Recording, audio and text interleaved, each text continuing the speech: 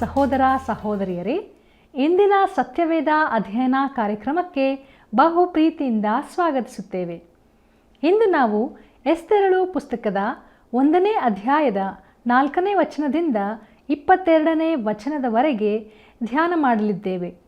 ಅರಸನಾದ ಅಹಷ್ವೇರೋಷನು ಏರ್ಪಡಿಸಿದ್ದ 180 ದಿನಗಳವರೆಗೆ ಔತಣಕೂಟದ ಮುಖ್ಯ ವಿಷಯ ವಷ್ಟಿ ರಾಣಿಯು ಅರಸನ ಅಪ್ಪಣೆ ಮೀರಿದಾಗ ನಡೆದ ಘಟನೆಯನ್ನು ತಿಳಿದುಕೊಳ್ಳಲು ನಮ್ಮನ್ನು ದೇವರ ತ್ರಾಣವುಳ್ಳ ಹಸ್ತಕ್ಕೆ ಒಪ್ಪಿಸಿಕೊಟ್ಟು ದೇವರ ವಾಕ್ಯಗಳನ್ನು ಅಧ್ಯಯನ ಮಾಡಿ ಬಹು ಗಂಭೀರವಾದ ಸತ್ಯಗಳನ್ನು ತಿಳಿದುಕೊಳ್ಳೋಣ.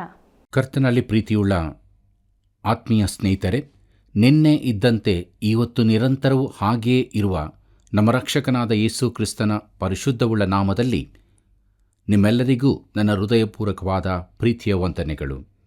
ಎಸ್ತೇರಳ ಪುಸ್ತಕದ ಅಧ್ಯಯನದಲ್ಲಿ ನಾವು ಮುಂದೆ ಸಾಗುತ್ತಾ ಇದ್ದೇವೆ. ನಮ್ಮ ಇಂದಿನ ಧ್ಯಾನವನ್ನು ಮುಂದುವರಿಸುವ ಹಾಗೆ ಎಸ್ತೇರಳ ಪುಸ್ತಕ 1ನೇ ಅಧ್ಯಾಯ 4ನೇ ವಚನವನ್ನು ಗಮನಿಸೋಣ. ಅಲ್ಲಿ ಹೀಗೆ ಬರೆದದೆ: ಅವನು ಅನೇಕ ದಿವಸ, ಅಂದರೆ 180 ದಿವಸಗಳವರೆಗೂ ಅವರಿಗೆ ತನ್ನ ಘನವಾದ ರಾಜ್ಯದ ಐಶ್ವರ್ಯವನ್ನು, ಮಹಾಮಹಿಮೆಯ ವೈಭವಗಳನ್ನು ತೋರಿಸಿದನು ಎಂಬುದಾಗಿ. ಕರ್ತನಲ್ಲಿ ಪ್ರಿಯರೇ, ಈ 180 ದಿನಗಳವರೆಗೂ ಅರಸನು ಈ ಅತಿಥಿಗಳಿಗೆ ಊಟೋಪಚಾರಗಳನ್ನು ಒದಗಿಸಿದನು. ಸುಮಾರು 6 ತಿಂಗಳುಗಳ ಕಾಲ. ಈ ಭೋಜನಕೂಟದ ಕುರಿತಾಗಿ ಫ್ರಾನ್ಸ್ ದೇಶದ 15ನೇ ಲೂಯಿಯ ತಂದೆಯು ತನ್ನ ರಾಜ್ಯದ ಕೋಶಾಧಿಕಾರಿಯೊಂದಿಗೆ ಮಾತನಾಡುತ್ತಿದ್ದನು. 15ನೇ ಲೂಯಿಯ ಕೋಶಾಧಿಕಾರಿಯು, ಇಷ್ಟೊಂದು ಹಣ ಎಲ್ಲಿಂದ ಬಂತೆಂಬುದು ನನಗೆ ತಿಳಿಯದು ಎಂದು ಹೇಳಿದನು. ಕರ್ತನಲ್ಲಿ ಪ್ರಿಯರೇ, ಈ ಮಹಾಭೋಜನ ಕೂಟವು ಆ ಅರಸನ ಆಸ್ಥಾನದ ಐಶ್ವರ್ಯ ಘನತೆಗಳನ್ನು ತಿಳಿಸುವಂಥದ್ದಾಗಿತ್ತು. ಇದರ ಕಾರಣ ನಮಗೆ ಸ್ಪಷ್ಟವಾಗಿದೆ. ಅವನು ತನ್ನ ರಾಜ್ಯದ ಎಲ್ಲ ಸಂಸ್ಥಾನಗಳಿಂದಲೂ ರಾಜ್ಯದ ಮೂಲೆ ಮೂಲೆಗಳಿಂದಲೂ ಅಧಿಪತಿಗಳನ್ನು ಆಹ್ವಾನಿಸಿ ಅವರೆಲ್ಲರ ಬೆಂಬಲವನ್ನು ಗಳಿಸಿ ಈ ಮೂಲಕ ಗ್ರೀಸ್ ದೇಶವನ್ನು ವಶಪಡಿಸಿಕೊಂಡು ವಿಶ್ವರಾಜನಾಗಿ ಮೆರೆಯಬೇಕೆಂದಿದ್ದನು. ಮತ್ತು ಈ ಪ್ರಯತ್ನದಲ್ಲಿ ಅವನು ಹೆಚ್ಚು ಕಡಿಮೆ ಯಶಸ್ವಿಯೂ ಆದನು. ಆದರೆ ದೇವರು ಇದು ಸೋಲಿನಲ್ಲಿ ಕೊನೆಗೊಳ್ಳುತ್ತದೆಂದು, ರಾಜ್ಯಾಡಳಿತವು ಪೂರ್ವದಿಂದ ಪಶ್ಚಿಮಕ್ಕೆ ಹಸ್ತಾಂತರವಾಗುತ್ತದೆಂದು ಮೊದಲೇ ತಿಳಿಸಿದ್ದನು. ಕರ್ತನಲ್ಲಿ ಪ್ರಿಯರೇ, ತಾನು ಮುನ್ನೋಡುತ್ತಿದ್ದ ಮಹಾಯುದ್ಧಕ್ಕೆ ತಕ್ಕದಾದ ಆರ್ಥಿಕ ಹಿನ್ನೆಲೆ ತನ್ನಲ್ಲುಂಟೆಂಬುದನ್ನು ಅಹಷ್ವೇರೋಷನು ಈ ಅಧಿಪತಿಗಳೆದುರು ತೋರಿಸಿಕೊಳ್ಳ ಬಯಸಿದನು. ಈ ಮಹಾಭೋಜನ ಕೂಟವನ್ನು ಏರ್ಪಡಿಸುವ ಮೂಲಕ ಅವನು ತನ್ನ ಸಂಪತ್ತನ್ನು ಪ್ರದರ್ಶಿಸಿದನು. ಆ ಕೂಟವು ಆರಂಭದಿಂದ ಅಂತ್ಯದವರೆಗೂ ಮೂರ್ತಿ ಪೂಜೆಯಿಂದ ಕೂಡಿತ್ತು. ಅಲ್ಲಿ ದೇವರಿರಲಿಲ್ಲ. ಇದರಲ್ಲಿ ಆತ್ಮಿಕ ಅರ್ಥವನ್ನು ಹುಡುಕೋರಿದ್ದಾರೆ, ಆದರೆ ನಾನು ಅದಾವುದನ್ನು ಕಾಣಲಾರೆನು. ಆದರೆ ಪ್ರಿಯರೇ, ಜಗತ್ತಿನ ಚರಿತ್ರೆಯ ಮೇಲೆ ಪ್ರಭಾವ ಬೀರುವ ತೀರ್ಮಾನಗಳು ಇಂತಹ ವಿಗ್ರಹಾರಾಧಕ ಕೇಂದ್ರದಿಂದ ಹೊರಡುತ್ತದೆಂಬುದು ಮಾತ್ರ ತಿಳಿದುಬರುತ್ತದೆ. ದೇವರನ್ನು ಸಂಪೂರ್ಣವಾಗಿ ಬಿಟ್ಟಂತೆ ಕಾಣುತ್ತದೆ. ಆದರೆ ತಾನು ಎಲ್ಲದರ ನಿಯಂತ್ರಕನೆಂದು, ತನ್ನ ಉದ್ದೇಶವನ್ನು ನೆರವೇರಿಸುತ್ತೇನೆಂದು ನಾವು ತಿಳಿದುಕೊಳ್ಳಬೇಕೆಂಬುದು ಆತನ ಆಶೆಯಾಗಿತ್ತು. ಬನ್ನಿರಿ, ನಮ್ಮ ಧ್ಯಾನವನ್ನು ಮುಂದುವರಿಸುವ ಹಾಗೆ ಎಸ್ತೇರಳ ಪುಸ್ತಕ 1ನೇ ಅಧ್ಯಾಯ 5ನೇ ವಚನವನ್ನು ಗಮನಿಸೋಣ. ಅಲ್ಲಿ ಹೀಗೆ ಬರೆದದೆ: ಈ ದಿನಗಳಾದ ನಂತರ ಅರಸನು ಶೂಷಾನ್ ಕೋಟೆಯಲ್ಲಿದ್ದ ಎಲ್ಲ ಶ್ರೇಷ್ಠರಿಗೂ ಕನಿಷ್ಠರಿಗೂ ಅರಮನೆಯ ತೋಟದ ಬಯಲಿನಲ್ಲಿ 7 ದಿನಗಳವರೆಗೂ ಔತಣ ಮಾಡಿಸಿದನು ಎಂಬುದಾಗಿ. ಪ್ರೀತಿಯುಳ್ಳ ದೇವಜನರೇ, ಈ ಕೊನೆ 7 ದಿನಗಳಲ್ಲಿ ಅಹಷ್ವೇರೋಷನು ಔತಣಕೂಟವನ್ನು ಅತ್ಯುನ್ನತ ಸ್ಥಾನಕ್ಕೇರಿಸಿದನು. ಅರಮನೆಯ ತೋಟಕ್ಕೆ ಮಹಾಜನ ಸಮೂಹವನ್ನು ಅವನು ಕರೆಸಿರಬಹುದು.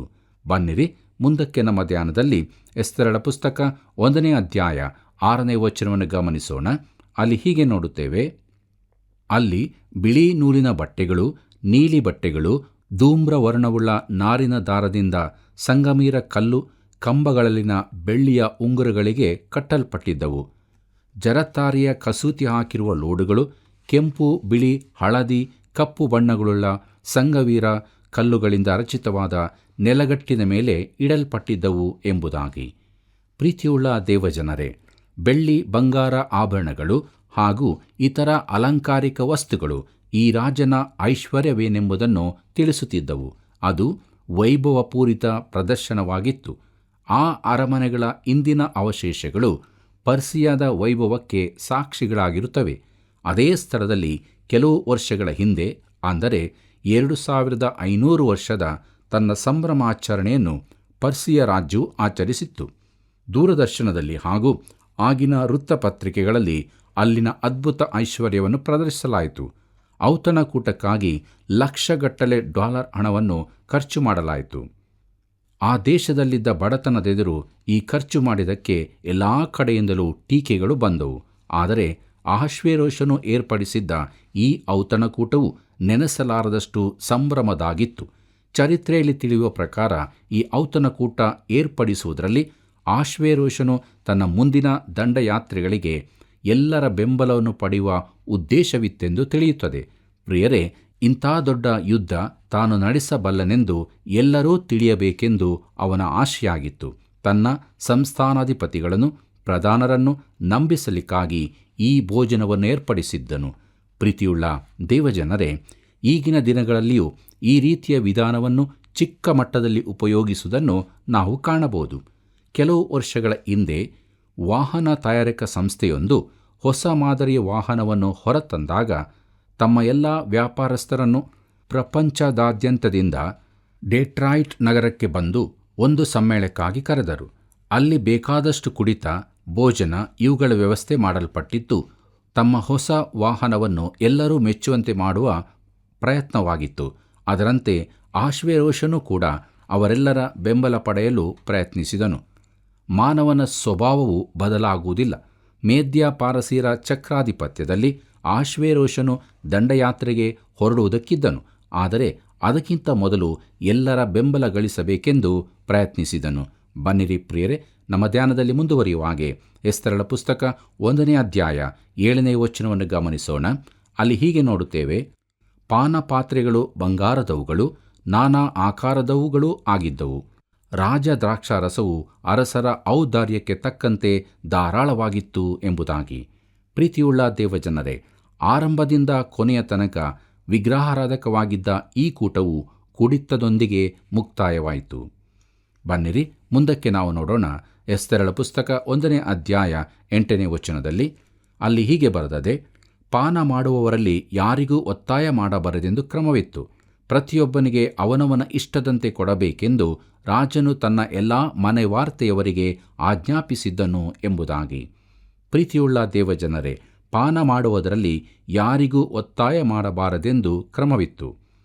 ಪೂರ್ಣ ಅಧಿಕಾರವಿದ್ದ ಈ ಪೂರ್ವಾತ್ಯ ರಾಜರುಗಳು ತಾವು ಕುಡಿತದ ದಾಸರಾಗಿದ್ದರೂ ಸಹ ಬೇರೆಯವರನ್ನು ಎಂದೂ ಬಲಾತ್ಕರಿಸುತ್ತಿರಲಿಲ್ಲ. ಆದರೆ ಇಂದಿನ ಸುಧಾರಿತ ನಾಗರಿಕತೆಯಲ್ಲಿ ಒಬ್ಬನು ಒಂದೋ ಕುಡಿಯಬೇಕು, ಇಲ್ಲವೇ ಹೊರ ನಡೆಯಬೇಕು. ಪ್ರಿಯರೇ, ಇಂದಿನ ವ್ಯವಹಾರದ ಕೂಟಗಳಿಗೆ ಹೋದಲ್ಲಿ ಕುಡಿತದಲ್ಲಿ ಭಾಗವಹಿಸದಿರುವುದು ಬಹಳ ಕಷ್ಟವೆಂದು ವ್ಯವಹಾರಸ್ಥರು ಹೇಳುತ್ತಾರೆ. ಇಂಥ ಒಂದು ಕೂಟದಲ್ಲಿ ಭಾಗವಹಿಸದಿದ್ದಕ್ಕೆ ಒಂದು ಕಂಪನಿಯ ಅಧಿಕಾರಿಯನ್ನು ಆ ಕಂಪನಿಯ ಮುಖ್ಯಸ್ಥರು ಚೆನ್ನಾಗಿ ಗದರಿಸಿದರಂತೆ. ಪ್ರಿಯರೇ, ನಾಗರಿಕತೆಯುಳ್ಳ ನಾವು ಇತರರನ್ನು ಕುಡಿಯಲು ಒತ್ತಾಯಿಸುತ್ತೇವೆ. ಬನ್ನಿರಿ ಮುಂದಕ್ಕೆ ನಾವು ನೋಡೋಣ. ಎಸ್ತರಳ ಪುಸ್ತಕ 1ನೇ ಅಧ್ಯಾಯ 9ನೇ ವಚನದಲ್ಲಿ ಅಲ್ಲಿ ಹೀಗೆ ನೋಡುತ್ತೇವೆ: ವಷ್ಟಿ ರಾಣಿಯು ಅಹಷ್ವೇರೋಷ್ ರಾಜನ ಅರಮನೆಯಲ್ಲಿ ಸ್ತ್ರೀಯರಿಗೋಸ್ಕರ ಔತಣ ಮಾಡಿಸಿದಳು ಎಂಬುದಾಗಿ. ಪ್ರೀತಿಯುಳ್ಳ ದೇವಜನರೇ, ಸ್ತ್ರೀಯರಿಗಾಗಿ ವಷ್ಟಿ ರಾಣಿಯು ಒಂದು ಔತಣಕೂಟವನ್ನು ಏರ್ಪಡಿಸಿದ್ದಳು. ಆ ದಿನಗಳಲ್ಲಿ ಅತಿಥಿಗಳು ತಮ್ಮ ಹೆಂಡತಿಯರನ್ನು ಕರೆತರುತ್ತಿದ್ದರೂ ಅವರು ಗಂಡಸರ ಕೂಟದಲ್ಲಿ ಸೇರುತ್ತಿರಲಿಲ್ಲ. ಒಂದೇ ಕೂಟಕ್ಕೆ ಸೇರಿಕೊಳ್ಳುವುದು ಸಾಮಾಜಿಕ ಪದ್ಧತಿಗೆ ವಿರುದ್ಧವಾಗಿತ್ತು. ಪ್ರಿಯರೇ, ಈಗಿನ ಔತಣ ಕೂಟಗಳಿಗಿಂತ ಆಗ ಭಿನ್ನವಾಗಿತ್ತು. ಸ್ತ್ರೀಯರಿಗಾಗಿ ಪ್ರತ್ಯೇಕ ವ್ಯವಸ್ಥೆ ಮಾಡಲಾಗುತ್ತಿತ್ತು. ಪುರುಷರ ಔತಣ ಕೂಟವು ಗಂಭೀರ ವಿಚಾರಗಳನ್ನು ಒಳಗೊಂಡಿತ್ತು. ಬಹುಶಃ ವ್ಯವಹಾರವನ್ನು, ಲೈಂಗಿಕತೆಯನ್ನು ಅವರು ಒಟ್ಟಾಗಿ ಇರಿಸುತ್ತಿರಲಿಲ್ಲ. ಅಹಷ್ವೇರೋಷನು ಯುದ್ಧದ ಜಾಹೀರಾತಿನಲ್ಲಿ ತೊಡಗಿದ್ದನು. ವಷ್ಟಿ ರಾಣಿಯು ಇನ್ನೊಂದೆಡೆ ಸ್ತ್ರೀಯರನ್ನು ಸಂತೋಷಪಡಿಸುತ್ತಿದ್ದಳು. ಬನ್ನಿರಿ ನಮ್ಮ ಧ್ಯಾನದಲ್ಲಿ ಮುಂದುವರಿಯುವಾಗೆ ಎಸ್ತರಳ ಪುಸ್ತಕ 1ನೇ ಅಧ್ಯಾಯ 10ನೇ ವಚನವನ್ನು ಗಮನಿಸೋಣ. ಅಲ್ಲಿ ಹೀಗೆ ಬರೆದದೆ: 7ನೆಯ ದಿನದಲ್ಲಿ ಅಹಷ್ವೇರೋಷನು ದ್ರಾಕ್ಷಾರಸ ಪಾನ ಮಾಡಿ ಆನಂದ ಲಹರಿಯಲ್ಲಿದ್ದಾಗ ಬಹು ಸುಂದರಿಯಾದ ರಾಣಿಯ ಸೌಂದರ್ಯವನ್ನು ಜನರಿಗೂ ಸರದಾರರಿಗೂ ತೋರಿಸಬೇಕೆಂದು ತನ್ನ ಸಾನ್ನಿಧ್ಯ ಸೇವಕರಾದ ಮೆಹುಮಾನ್, ಬಿಜೇತ, ಹರ್ಬೋನ, ಬಿಗೇತ, ಅಬಗೆತ, ಜೇತರ್, ಕರ್ಕಸ್ ಎಂಬ 7 ಮಂದಿ ಕಂಚುಕಿಗಳಿಗೆ ಎಂಬುದಾಗಿ. ಪ್ರೀತಿಯುಳ್ಳ ದೇವಜನರೇ, ಅರಸನು ದ್ರಾಕ್ಷಾರಸ ಪಾನ ಮಾಡಿ ಮತ್ತನಾಗಿದ್ದಾನೆಂದು ನೋಡುತ್ತೇವೆ. ಅವನು ತನ್ನ ಹತೋಟಿಯನ್ನು ಕಳಕೊಂಡನು. ಇಂಥ ಕೂಟಗಳಲ್ಲಿ ಕುಡಿಯಲೇಬೇಕೆಂದಿರಲಿಲ್ಲ, ಆದರೆ ಕುಡಿಯಲು ಆಶೆಪಟ್ಟವರಿಗೆ ಬೇಕಾದಷ್ಟು ಅಮಲು ದ್ರವ್ಯ ಕೊಡಲ್ಪಡುತ್ತಿತ್ತು. ಅರಸನು ಕುಡಿತದಿಂದ ದೂರವಿದ್ದವನಲ್ಲ, 7ನೇ ದಿನದಲ್ಲಿ ಅವನು ಕುಡಿದು ಮತ್ತನಾಗಿದ್ದನು. ಪ್ರಿಯರೇ, ಇಲ್ಲಿ ಈತನ ಕುರಿತಾಗಿ ಮಾತ್ರವಲ್ಲದೆ ಯಾವುದೇ ರಾಜನ ಕುರಿತಾಗಿಯೂ ಒಂದು ಪ್ರಶ್ನೆ ಏಳುತ್ತದೆ: ಅಮಲಿನಲ್ಲಿ ಓಲಾಡುವವನು ಅರಸನಾಗಿರಲು ಯೋಗ್ಯನೋ ಎಂಬುದು. ಪ್ರೀತಿಯುಳ್ಳ ದೇವಜನರೇ, ಅಮಲಿನ ಒತ್ತಡದಲ್ಲಿ ಆಶ್ವೇರೋಷ ರಾಜನು ತಾನು ಬೇರೆ ಸಮಯಗಳಲ್ಲಿ ಮಾಡಲಾರದ ಕೆಲಸವೊಂದನ್ನು ಮಾಡುತ್ತಾನೆ. ತನ್ನ ಆಸ್ಥಾನದಲ್ಲಿದ್ದ ಕಂಚುಕಿಗಳಿಗೆ ವಷ್ಟಿ ರಾಣಿಯನ್ನು ಕರೆತರಬೇಕೆಂದು ಆಜ್ಞಾಪಿಸುತ್ತಾನೆ. ಬನ್ನಿರಿ, ನಮ್ಮ ಧ್ಯಾನವನ್ನು ಮುಂದುವರಿಸುವ ಹಾಗೆ ಎಸ್ತರಳ ಪುಸ್ತಕ 1ನೇ ಅಧ್ಯಾಯ 11ನೇ ವಚನವನ್ನು ಗಮನಿಸೋಣ. ಅಲ್ಲಿ ಹೀಗೆ ನೋಡುತ್ತೇವೆ: ವಷ್ಟಿ ರಾಣಿಯು ರಾಜ ಮುಕುಟವನ್ನು ಧರಿಸಿಕೊಂಡು ರಾಜ ಸನ್ನಿಧಿಗೆ ಬರಬೇಕೆಂಬುದಾಗಿ ಹೇಳಿರಿ ಎಂದು ಆಜ್ಞಾಪಿಸಿದನು ಎಂಬುದಾಗಿ. ಪ್ರೀತಿಯುಳ್ಳ ಸಹೋದರ ಸಹೋದರಿಯರೇ, ಅರಸನು ತನ್ನ ಐಶ್ವರ್ಯವನ್ನು ಸವಲತ್ತುಗಳನ್ನು ಜನರೆದುರಿಗೆ ಪ್ರದರ್ಶಿಸಿ ತನ್ನ ಮನಸ್ಸಿನಲ್ಲಿದ್ದ ಯುದ್ಧ ಯಾತ್ರೆ ಮಾಡಲು ತಾನು ಸಮರ್ಥನೆಂದು ತೋರಿಸಿದನು. ಆದರೆ ಕುಡಿತದ ಅಮಲಿನಲ್ಲಿ ಆ ದಿನಗಳಲ್ಲಿ ಸಾಮಾನ್ಯವಾಗಿ ಮಾಡದಿದ್ದ ಕೆಲಸವೊಂದನ್ನು ಮಾಡಿದನು. ಸೌಂದರ್ಯವತಿಯಾದ ರಾಣಿ ವಷ್ಟಿಯನ್ನು ಪ್ರದರ್ಶಿಸಬೇಕೆಂದಿದ್ದನು. ಪುರುಷರಿಂದಲೇ ತುಂಬಿದ ಆ ಔತಣಕೂಟಕ್ಕೆ ಆಕೆಯನ್ನು ಕರೆತರಲು ನಿರ್ಧರಿಸಿದನು. ಅವನು ಕುಡಿತದ ಅಮಲಿನಲ್ಲಿ ಇಲ್ಲದಿರುತ್ತಿದ್ದರೆ ಈ ಕಾರ್ಯವನ್ನು ಎಂದಿಗೂ ಮಾಡುತ್ತಿರಲಿಲ್ಲ. ಅದು ನೀತಿ ನಿಯಮಗಳಿಗೆ ವಿರುದ್ಧವಾದ ಸಂಗತಿಯಾಗಿತ್ತು. ಅದು ಕ್ರೂರವಾದದ್ದೂ ಆಗಿತ್ತು. ತನ್ನ ಸೌಂದರ್ಯ ದೇವತೆಯಾಗಿದ್ದ ವಷ್ಟಿ ರಾಣಿಯನ್ನು ಎಲ್ಲರೂ ನೋಡಬೇಕೆಂದು ಅವನು ಅಪೇಕ್ಷಿಸಿದನು. ಪ್ರೀತಿಯುಳ್ಳ ದೇವಜನರೇ, ನಮ್ಮ ಧ್ಯಾನದಲ್ಲಿ ಮುಂದುವರಿಯುವ ಹಾಗೆ ಎಸ್ತರಳ ಪುಸ್ತಕ 1ನೇ ಅಧ್ಯಾಯ 12ನೇ ವಚನವನ್ನು ಗಮನಿಸೋಣ. ಅಲ್ಲಿ ಹೀಗೆ ಬರೆದದೆ: ಆ ರಾಜಾಜ್ಞೆಗೆ ವಷ್ಟಿ ರಾಣಿಯು ಬರುವುದಿಲ್ಲ ಎಂದು ಉತ್ತರ ಕೊಟ್ಟಳು. ಇದರಿಂದ ಅರಸನು ಬಹು ಕೋಪಗೊಂಡು ರೌದ್ರಾವೇಶನಾದನು ಎಂಬುದಾಗಿ. ಪ್ರೀತಿಯುಳ್ಳ ಸಹೋದರ ಸಹೋದರಿಯರೇ, ಅರಸನು ತನ್ನ ಅತಿಥಿಗಳಿಗೆ, ನಿಮಗೊಂದು ಅಚ್ಚರಿಯ ಸಂಗತಿ ತೋರಿಸುತ್ತೇನೆ. ನೀವು ನನ್ನ ರಾಣಿಯನ್ನು ನೋಡಬೇಕು. ಆಕೆ ರಾಜ ಮುಕುಟವನ್ನು ಧರಿಸಿ ನಿಮ್ಮೆದುರು ನಿಲ್ಲುತ್ತಾಳೆ. ಆಕೆ ಬಹು ಸೌಂದರ್ಯವತಿಯು ಎಂದು ಹೇಳುತ್ತಾನೆ. ಅಷ್ಟರಲ್ಲಿ ಒಬ್ಬ ಕಂಚುಕಿಯು ರಾಜನ ಕಿವಿಯಲ್ಲಿ, ಆಕೆ ಬರುವುದಿಲ್ಲ ಎಂದು ಪಿಸುಗುಟ್ಟಿದನು. ಆ ದಿನಗಳಲ್ಲಿ ಸ್ತ್ರೀಯರಿಗೆ ತಮ್ಮ ಹಕ್ಕು ಇರಲಿಲ್ಲವೆಂದು ಭಾವಿಸಬೇಡಿರಿ. ವಷ್ಟಿ ರಾಣಿಯು ಅರಸನ ಕೇಳಿಕೆಯನ್ನು ತಿರಸ್ಕರಿಸಿದಳು. ಆ ಸಭೆಯೆದುರು ಎದ್ದು ನಿಂತು, ಮಹನೀಯರೇ, ಕ್ಷಮಿಸಿರಿ, ನಮ್ಮ ಕಾರ್ಯಕ್ರಮವನ್ನು ಬದಲಾಯಿಸಬೇಕಾಗಿದೆ. ನಮ್ಮ ಪ್ರಮುಖ ಆಕರ್ಷಣೆಯು ನಮ್ಮೆದುರಿಗೆ ಬರುವುದಿಲ್ಲ. ರಾಣಿಯು ಈ ಸಂಜೆ ಇಲ್ಲಿಗೆ ಬರುವುದಿಲ್ಲ ಎಂಬುದಾಗಿ ಹೇಳಬೇಕಾಗಿ ಬಂದದ್ದು ಎಂಥ ಪೇಚಿನ ಸಂಗತಿಯಾಗಿರಬಹುದು. ಇಡೀ ಭೋಜನಕೂಟವು ಪಿಸು ಮಾತುಗಳಿಂದ ತುಂಬಿತ್ತು. ತನ್ನ ರಾಣಿಯನ್ನು ನಿಯಂತ್ರಿಸಲಾಗದ ಈತನು ಅದೆಂಥ ರಾಜನು ಎಂದು ಎಲ್ಲರೂ ಹೇಳತೊಡಗಿದರು. ಪ್ರೀತಿಯುಳ್ಳ ದೇವಜನರೇ, ಅರಸನ ಅಪ್ಪಣೆಯಂತೆ ಅಲ್ಲಿಗೆ ಬರುವುದಕ್ಕೆ ನಿರಾಕರಿಸಿದ ವಷ್ಟಿ ರಾಣಿಯ ಕ್ರಿಯೆಯು ನ್ಯಾಯಯುತವಾಗಿದ್ದರೂ ಆಕೆ ಈ ಕುರಿತು ತುಸು ಯೋಚಿಸಬೇಕಾಗಿತ್ತು ಎಂದು ನನ್ನ ಭಾವನೆ. ಆಕೆಯ ಈ ನಿರಾಕರಣೆಯು ಅರಸನಿಗೆ ಅವನ ಸ್ಥಾನದಲ್ಲಿ ನೋವುಂಟು ಮಾಡಬಹುದೆಂಬುದನ್ನು ಆಕೆ ಯೋಚಿಸಬೇಕಾಗಿತ್ತು. ಆ ಪರಿಸ್ಥಿತಿಯಲ್ಲಿ ಆಕೆ ಅರಸನಿಗೆ ವಿಧೇಯಳಾಗಿ ಆ ಔತಣಕೂಟಕ್ಕೆ ಹೋಗಬೇಕಾಗಿತ್ತು. ಕರ್ತನಲ್ಲಿ ಪ್ರೀತಿಯುಳ್ಳ ದೇವಜನರೇ, ನಮ್ಮ ಧ್ಯಾನದಲ್ಲಿ ಮುಂದುವರಿಯುವಾಗೆ ಎಸ್ತರಳ ಪುಸ್ತಕ 1ನೇ ಅಧ್ಯಾಯ 13ರಿಂದ 15ನೇ ವಚನಗಳನ್ನು ಗಮನಿಸೋಣ. ಅಲ್ಲಿ ಹೀಗೆ ಬರೆದದೆ: ವಿಧಿ ನ್ಯಾಯಗಳನ್ನು ಬಲ್ಲವರೆಲ್ಲರ ಮುಂದೆ ಅರಮನೆಯ ಸಂಗತಿಗಳನ್ನು ಇಡುವ ಪದ್ಧತಿಯಿತ್ತು. ಅರಸನಾದ ಆಶ್ವೇರೋಷನ ಒಡ್ಡೋಲಗದಲ್ಲಿ ರಾಜ ಸಾನ್ನಿಧ್ಯ ಸೇವಕರು, ರಾಜ ಸಭಾಪ್ರಧಾನರು ಆಗಿದ್ದ ಕರ್ಷೇನ, ಶೇತಾರ್, ಅದಾತ್ಮ, ತರ್ಷೀಸ್, ಮೇರೇಸ್, ಮರ್ಸೇನ, ಮೆಮುಕಾನ್ ಎಂಬ 7 ಮಂದಿ ಪಾರಸಿಯ ಹಾಗೂ ಮೇದ್ಯ ಪ್ರಭುಗಳಿದ್ದರು. ಅವನು ಸಮಯೋಚಿತವುಳ್ಳವನಾದ ಇವರನ್ನು ಕಂಚುಕಿಗಳ ಮುಖಾಂತರ ತನಗುಂಟಾದ ರಾಜಾಜ್ಞೆಯನ್ನು ಕೈಕೊಳ್ಳದೆ ಹೋದ ವಷ್ಟಿ ರಾಣಿಗೆ ನಿಯಮದ ಪ್ರಕಾರ ಮಾಡತಕ್ಕದೇನು ಎಂಬುದಾಗಿ. ಪ್ರೀತಿಯುಳ್ಳ ದೇವಜನರೇ, ಈ ಘಟನೆಯಿಂದಾಗಿ ರಾಜನ ಆಸ್ಥಾನದ ತುರ್ತು ಸಭೆಯೊಂದನ್ನು ಕರೆಯಬೇಕಾಯಿತು. ಈಗ ನಮಗೆ ಇದೊಂದು ಚಿಕ್ಕ ವಿಚಾರವಾಗಿ ಕಾಣಬಹುದು, ಆದರೆ ಆ ದಿನಗಳಲ್ಲಿ ಅದು ಅಲಕ್ಷಿಸತಕ್ಕ ಸಂಗತಿಯಾಗಿರಲಿಲ್ಲ. ರಾಣಿಯು ಅರಸನ ಆಜ್ಞೆಗೆ ವಿಧೇಯಳಾಗಲು ನಿರಾಕರಿಸಿದಳು. ಈ ಸಂಗತಿಯನ್ನು ದೊಡ್ಡ ವಿಚಾರವನ್ನಾಗಿ ಅವರು ಮಾಡಿಕೊಂಡರು. ಆಕೆಯ ವಿಚಾರದಲ್ಲಿ ಏನು ಮಾಡೋಣ? ಈ ಕುರಿತಾಗಿ ಕಾನೂನಿನಲ್ಲಿ ಯಾವ ನಿಯಮಗಳೂ ಇದ್ದಿರಲಿಲ್ಲ. ಬನ್ನಿರಿ, ಮುಂದಕ್ಕೆ ನಾವು ನೋಡೋಣ. ಎಸ್ತರಳ ಪುಸ್ತಕ 1ನೇ ಅಧ್ಯಾಯ 16ನೇ ವಚನದಲ್ಲಿ ಅಲ್ಲಿ ಹೀಗೆ ನೋಡುತ್ತೇವೆ. ಮೇಮೂಕಾನನು ಅರಸನ ಮತ್ತು ಸರದಾರನ ಮುಂದೆ, ವಷ್ಟಿ ರಾಣಿಯ ಅಪರಾಧವು ಅರಸನೊಬ್ಬನಿಗೆ ವಿರುದ್ಧವಾದದಲ್ಲ, ಅರಸನಾದ ಆಶ್ವೇರೋಷನಿಗೆ ಸೇರಿರುವ ಎಲ್ಲ ಸಂಸ್ಥಾನಗಳ ಸರದಾರರಿಗೂ ಜನರಿಗೂ ವಿರುದ್ಧವಾದದ್ದು ಎಂಬುದಾಗಿ. ಪ್ರೀತಿಯುಳ್ಳ ದೇವಜನರೇ, ಆ ದಿನಗಳಲ್ಲಿ ಸ್ತ್ರೀಯರನ್ನು ಚರಾಸ್ತಿಯಂತೆ ನಡೆಸಿಕೊಳ್ಳುತ್ತಿದ್ದರೆಂದು ನಾವು ಕೇಳಿರುತ್ತೇವೆ. ಆದರೆ ವಷ್ಟಿ ರಾಣಿಗೆ ತುಂಬಾ ಸ್ವಾತಂತ್ರ್ಯವಿತ್ತು. ಔತಣಕೂಟಕ್ಕೆ ಬರಬೇಕು ಎಂದು ಅರಸನ ಅಪ್ಪಣೆಗೆ ವಿಧೇಯರಾಗಬೇಕೆಂಬ ಯಾವ ನಿಯಮವೂ ಇರಲಿಲ್ಲ. ಈ ಪರಿಸ್ಥಿತಿಯನ್ನು ಸರಿಪಡಿಸಲು ಕಠಿಣವಾದ ಕ್ರಮ ಕೈಗೊಳ್ಳಬೇಕಾಗಿತ್ತು. ಪ್ರಿಯರೇ, ಈ ಸಂದರ್ಭದಲ್ಲಿ ಮೆಮೂಕಾನನೆಂಬವನೊಬ್ಬನು ಮಾತನಾಡಿದನು. ಅವನು ಅಲ್ಲಿಯವರ ಮುಖಂಡನೂ ಹೆಂಡತಿಗೆ ಹೆದರುವವನೂ ಆಗಿದ್ದನು. ಇದು ಹೇಗೆ ತಿಳಿಯುತ್ತದೆ? ಹೇಗೆಂದರೆ, ರಾಣಿಯ ಈ ಪ್ರತಿಕ್ರಿಯೆಯು ಬಹಿರಂಗವಾದರೆ ಅವರೆಲ್ಲರೂ ತಮ್ಮ ಗಂಡಂದಿರನ್ನು ಉಪೇಕ್ಷೆ ಮಾಡಬಹುದು ಎಂದು ಅವನ ಅಭಿಪ್ರಾಯ. ಪ್ರಿಯರೇ, ರಾಣಿಗೆ ಯಾವ ಶಿಕ್ಷೆಯೂ ಆಗದಿದ್ದಲ್ಲಿ ಅವನು ತನ್ನ ಮನೆಗೆ ಹೋಗಲು ಸಾಧ್ಯವಿರಲಿಲ್ಲ. ಅವನಿಗೆ ಮನೆಯಲ್ಲಿ ಯಾವ ಸ್ವಾತಂತ್ರ್ಯವೂ ಇರಲಿಲ್ಲವೆಂದು ನನ್ನ ಅನಿಸಿಕೆ. ಪ್ರಿಯರೇ, ಹೆಚ್ಚಿನ ತೀರ್ಮಾನಗಳನ್ನು ಅವನ ಪತ್ನಿ ಮಾಡುತ್ತಿದ್ದಿರಬಹುದು. ಆದ್ದರಿಂದಲೇ ಅವನು ಮುಂದಾಳಾಗಿ ಮಾತನಾಡಿರಬಹುದು. ಸ್ವಂತ ತೀರ್ಮಾನ ತೆಗೆದುಕೊಳ್ಳುವ ಸಾಮರ್ಥ್ಯವಿಲ್ಲದೆ ಇತರರಿಂದಲೇ ಸಲಹೆ ತೆಗೆದುಕೊಳ್ಳುವವರು ಅನೇಕರಿದ್ದಾರೆ. ಅವರು ಮನೆಗೆ ಹೋದಾಗ ಅವರ ಪತ್ನಿಯಂದಿರು ಕೂಡ ಅವರ ಮಾತಿಗೆ ಬೆಲೆ ಕೊಡುವುದಿಲ್ಲ. ಪ್ರಿಯರೇ, ಸಭಾಡಳಿತ ಮಂಡಳಿಯಲ್ಲಿ ಮಾತನಾಡುವ ಅನೇಕರು ಇಂಥವರಿರುತ್ತಾರೆ. ಅವರು ತುಂಬ ಮಾತನಾಡುತ್ತಾರೆ, ಆದರೆ ಸಭೆಯ ಅಭಿವೃದ್ಧಿಗೆ ಅವರಿಂದ ಯಾವ ಸಹಾಯವೂ ಉಂಟಾಗುವುದಿಲ್ಲ. ಅವರ ಮಾತಿನಲ್ಲಿ ಯಾವ ಹುರುಳಿರುವುದಿಲ್ಲ. ಯಾವ ಅರ್ಥವೂ ಇಲ್ಲದ ಸಲಹೆಗಳನ್ನು ಕೊಡುತ್ತಾರೆ. ಮೇಮೂಕಾನನು ಇಂಥವನೊಬ್ಬನಾಗಿದ್ದನು. ಬನ್ನಿರಿ, ಮುಂದಕ್ಕೆ ನಾವು ನೋಡೋಣ. ಎಸ್ತರಳ ಪುಸ್ತಕ 1ನೇ ಅಧ್ಯಾಯ 17 ಮತ್ತು 18ನೇ ವಚನದಲ್ಲಿ ಅಲ್ಲಿ ಹೀಗೆ ಬರೆಯಲ್ಪಟ್ಟಿದೆ.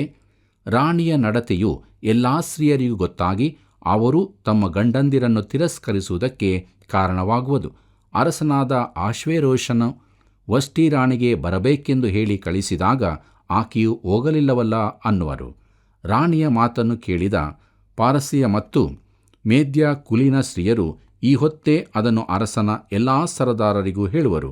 ಹೀಗೆ ಎಷ್ಟೋ ತಿರಸ್ಕಾರವೂ ಕೋಪವೂ ಉಂಟಾಗುವುದು ಎಂಬುದಾಗಿ. ಪ್ರೀತಿಯುಳ್ಳ ದೇವಜನರೇ, ಈ ಮೇಮೂಕಾನನು ಒಬ್ಬ ಪ್ರಧಾನನಾಗಿದ್ದನು. ನಾನು ಮನೆಗೆ ಹೋದಾಗ ಈ ವಿಚಾರದಲ್ಲಿ ವಾಗ್ವಾದ ಉಂಟಾಗುತ್ತದೆ ಎಂದು ಅವನು ಹೇಳುತ್ತಾನೆ. ಇಲ್ಲಿ ಏನಾದರೂ ತೀರ್ಮಾನವಾಗದಿದ್ದರೆ ತಾನು ತನ್ನ ಮನೆಗೆ ಹೋಗುವುದಿಲ್ಲವೆಂದು ಅವನು ನಿರ್ಧರಿಸಿದ್ದ ಹಾಗೆ ಕಾಣುತ್ತದೆ. ರಾಜ ರಾಣಿಯರು ರಾಜ್ಯಕ್ಕೆ ಮಾದರಿಯಾಗಿರಬೇಕಾದ್ದರಿಂದ ಇದು ನಿಜವಾದ ಸಮಸ್ಯೆಯೇ ಆಗಿತ್ತು. ಬನ್ನಿರಿ, ನಮ್ಮ ಧ್ಯಾನದಲ್ಲಿ ಮುಂದುವರಿಯುವಾಗೆ ಎಸ್ತರಳ ಪುಸ್ತಕ 1ನೇ ಅಧ್ಯಾಯ 19ನೇ ವಚನವನ್ನು ನೋಡೋಣ. ಅಲ್ಲಿ ಹೀಗೆ ಬರೆದದೆ. ಅರಸನು ಸಮ್ಮತಿಸುವುದಾದರೆ ವಷ್ಟಿಯು ತಿರುಗಿ ಆಶ್ವೇರೋಷ್ ರಾಜನ ಸನ್ನಿಧಿಗೆ ಬರಲೇಬಾರದೆಂಬ ರಾಜಾಜ್ಞೆಯು ಪ್ರಕಟವಾಗಿ ಅದು ಎಂದಿಗೂ ರದ್ದಾಗದ ಹಾಗೆ ಪಾರಸೀಯ ಮತ್ತು ಮೇದ್ಯ ಶಾಸನಗಳಲ್ಲಿ ಲಿಖಿತವಾಗಲಿ. ಅರಸನು ಆಕೆಯ ಪಟ್ಟವನ್ನು ಆಕೆಗಿಂತ ಉತ್ತಮಳಾದ ಇನ್ನೊಬ್ಬಾಕೆಗೆ ಕೊಡಲಿ ಎಂಬುದಾಗಿ. ಪ್ರೀತಿಯುಳ್ಳ ಸಹೋದರ ಸಹೋದರಿಯರೇ, ಮೇಮೂಕಾನನ ಸಲಹೆಯನ್ನು ಗಮನಿಸಿರಿ.